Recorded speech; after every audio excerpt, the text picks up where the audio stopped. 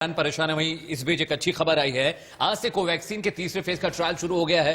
Bharat biotech भारतीय अनुसंधान परिषद ने बनाई है कोवैक्सीन टीका लगवाने के लिए। अनिल विज ने वॉलंटियर किया है। बरखा तो देखिए, सुबह 11 बजे अंबाला में टीका यहां पर लगाया जाएगा अनिल विज को। एक रात भरी खबर के तौर पर आप इसको देख सकते हैं। जो तीसरे फेज का ट्रायल है वो आज शुरू होने जा रहा है। भारत बायोटेक भारतीय अनुसंधान परिषद ने कोवैक्सीन को बनाया है और इसके लिए यहाँ पर जो ट्रायल है वो किया जाएगा। टीका लगवाने के लिए अनिल विज जो है वो पहले वॉलंटियर यहाँ पर होंगे। सुबह 11 बजे यहाँ उन्हें वैक्सीन दी जाएगी। और इसी खबर के साथ हमारी इस खास पेशकश में स्वागत है आपका। मैं हूं आपके साथ बरखा शर्मा, मेरे साथ है मेरे सहयोगी अमित। चीन एक ऐसा मुल्क है जो बाहर से तो अपनी पूंजी और चकाचौंधी वाले कुछ शहरों की वजह से काफी अच्छा लगता है, लेकिन उसकी सच्चाई कुछ और है।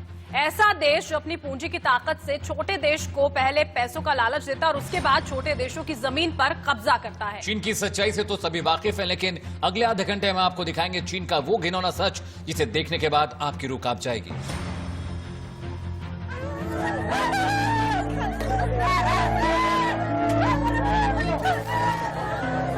活到这世上还要被人枪把我们打死。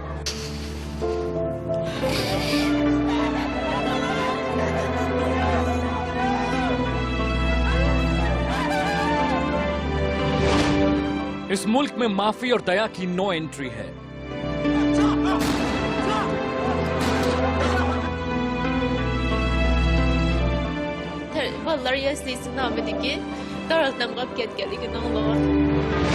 यहाँ इंसान कीड़े मकोड़ों की जिंदगी जीते हैं।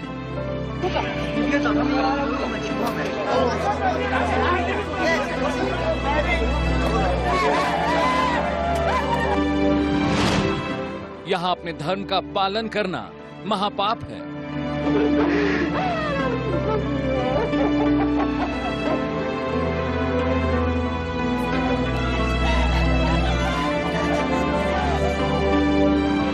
इस मुल्क में दाढ़ी और बुर्का पहनना अपराध है।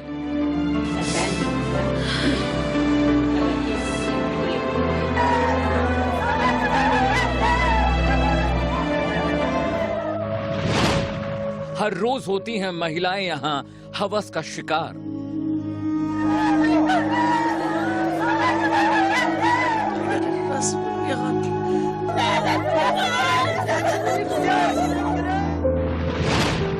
इस मुल्क में जबान खोली तो कटेगा गला।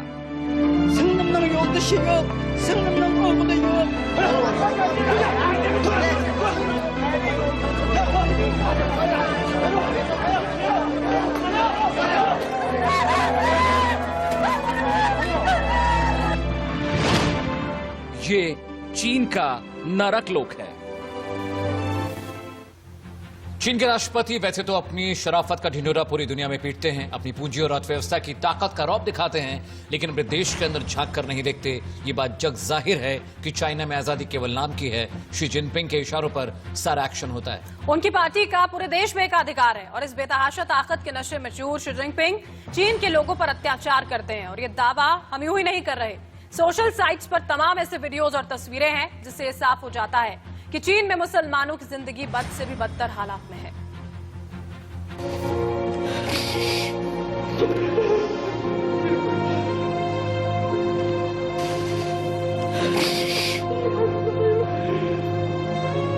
ये है चीन का शिनजियांग प्रांत, जहां करीब 21 करोड़ से भी ज्यादा मुस्लिम आबादी है।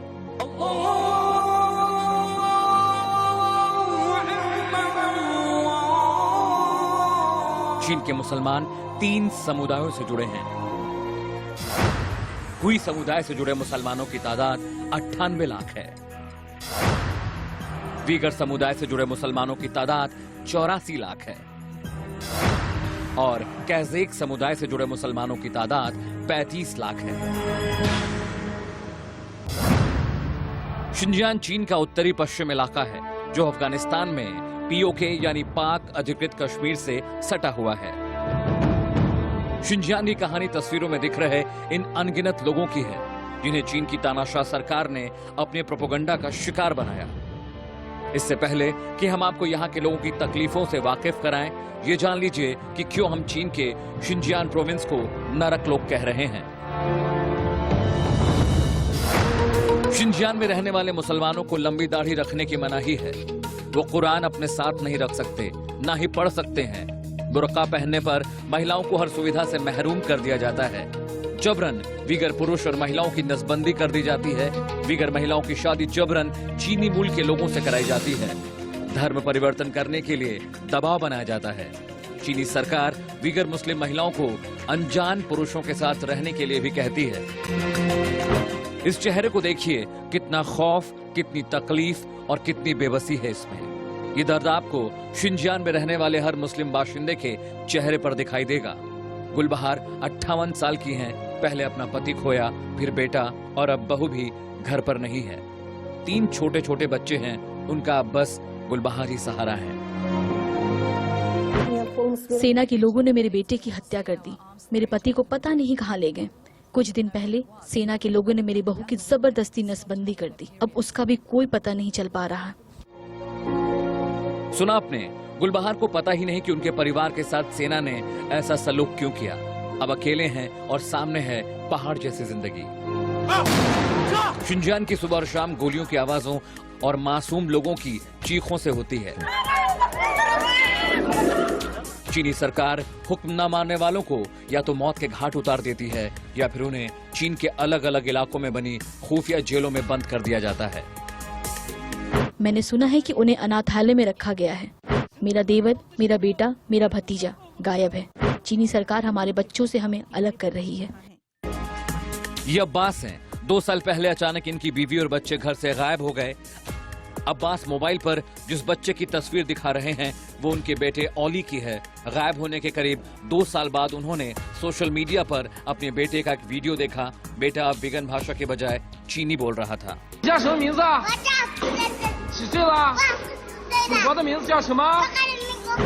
बहुत तकलीफ में हूँ।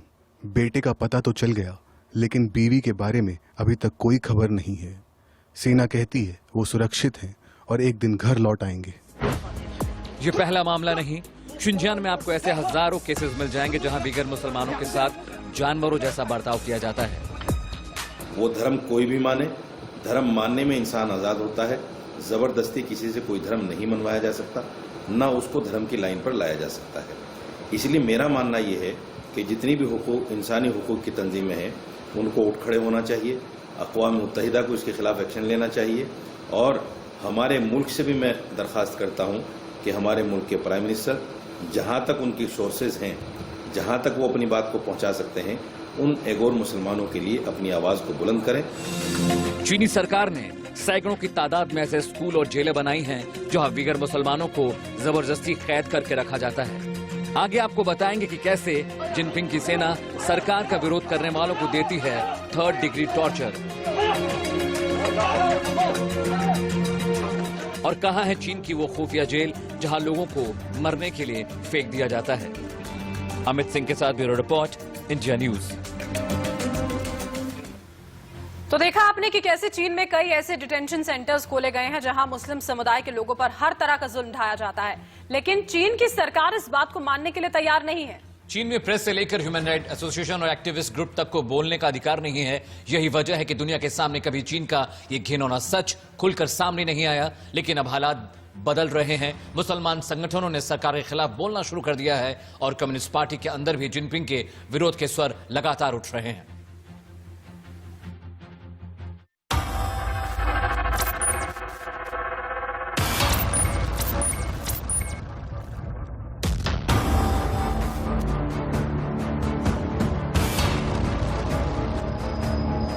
दुनिया में 50 ऐसे मुल्क हैं जहां मुसलमान मेजॉरिटी में हैं।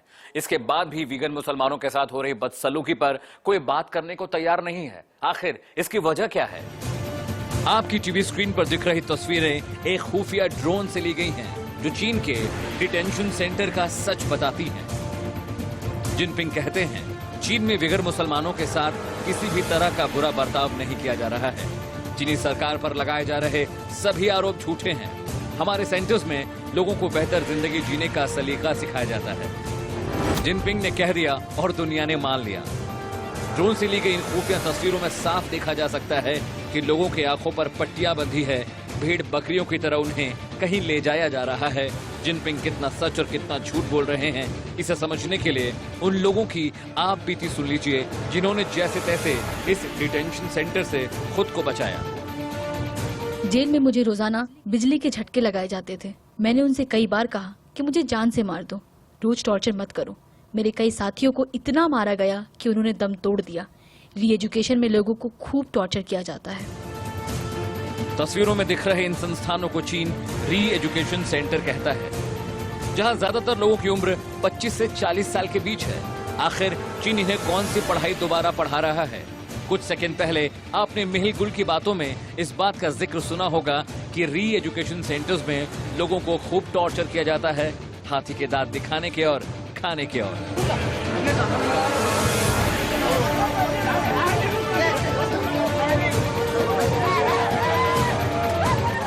कि चीन उन लोगों के साथ जुल्म कर रहा है।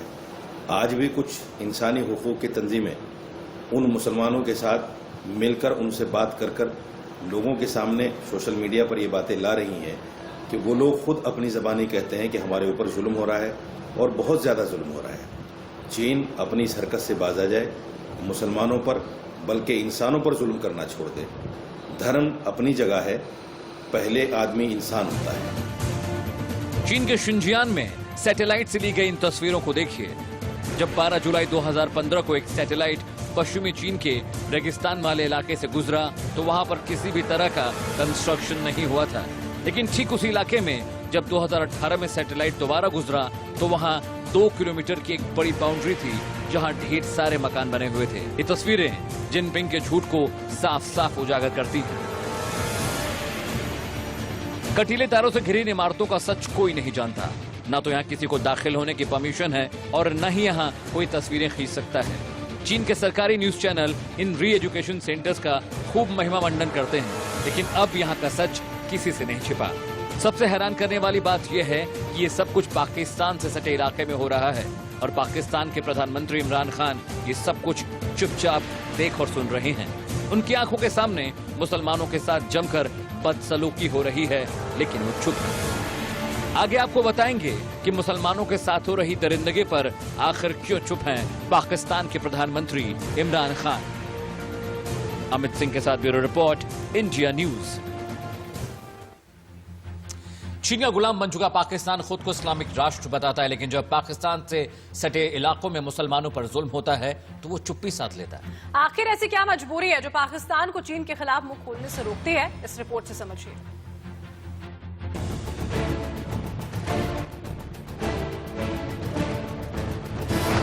पाकिस्तान में महंगाई की हाहाकार, फुस हुआ इमरान का रिवाइवल प्लान। इमरान के आने से पाकिस्तान का कर्ज बढ़ा। तो ही आती क्यों उन्हें बिगर मुसलमानों के साथ हो रही ज्यादती दिखाई नहीं देती? क्यों उनके पड़ोस में मर रहे मुसलमानों की तकलीफ उन्हें सुनाई नहीं देती? What's your stance on China's treatment of Uyghur Muslims? Frankly, I don't know much about that. But you won't speak out against what's happening in China? If I had enough knowledge, I would speak about it. It is not so much in the papers. इससे पहले कि हम आपको इसके पीछे की वजह बताएं, जरा पाकिस्तान की इकॉनमी का सूरत हाल जान लीजिए। इस वक्त पाकिस्तान में महंगाई चरम पर है। दूध, तेल, सब्जियों की कीमतें आसमान पर हैं। गाड़ियां चल नहीं रही क्योंकि या तो पेट्रोल मिल नहीं रहा है या इतना महंगा है कि आम पाकिस्तानी की औकात के बाहर है। पाकिस्तान की आवाम को ना तो दूध मिल रहा है और ना ही जरूरत का बाकी सामान। इतने पैसे भी नहीं कि वो बिजली का बिल भर सकें। तेल कंपनियों पर इतना बकाया है कि तेल कंपनियों पाकिस्तान का मौजूदा कर्ज करीब 105 अरब डॉलर है। 2004 की तिमाही में यह कर्ज 33 अरब डॉलर था। 2022 तक चीन को करीब 7 अरब डॉलर पाकिस्तान को चुकाने हैं। I've never begged any from anyone. I've never begged any from anyone. Pakistan project के जरिए सड़कों और बंदरगाहों का एक ऐसा नेटवर्क तैयार कर रहा है जो अफ्रीका, यूरोप और एशिया को जोड़कर उनके बीच की दूरियों को खत्म कर देगा। चीन ने 7 साल पहले ये प्रोजेक्ट शुरू किया था, जिसे अमली जामा पहनाने के लिए उसने अरबों डॉलर पानी की तरह बहाए हैं। इमरान की चुप्पी की यही सबसे बड़ी वजह है। अमित सिंह के साथ ब्यूरो रिपोर्ट, इंडिया न्यूज। हम एक मुस्लिम धर्म के लड़के पर नाम बदलकर एक हिंदू लड़की को अपने प्रेम जाल में फंसाने और फिर उससे शादी का आरोप लगा है। लेकिन पीड़िता को जब इस बात का पता चला कि लड़का मुस्लिम है और उससे झूठ बोला है, तो आरोपी लड़के ने पीड़िता से अलग होने के एवज में उससे 25 लाख रुपए की मांग कर डाली।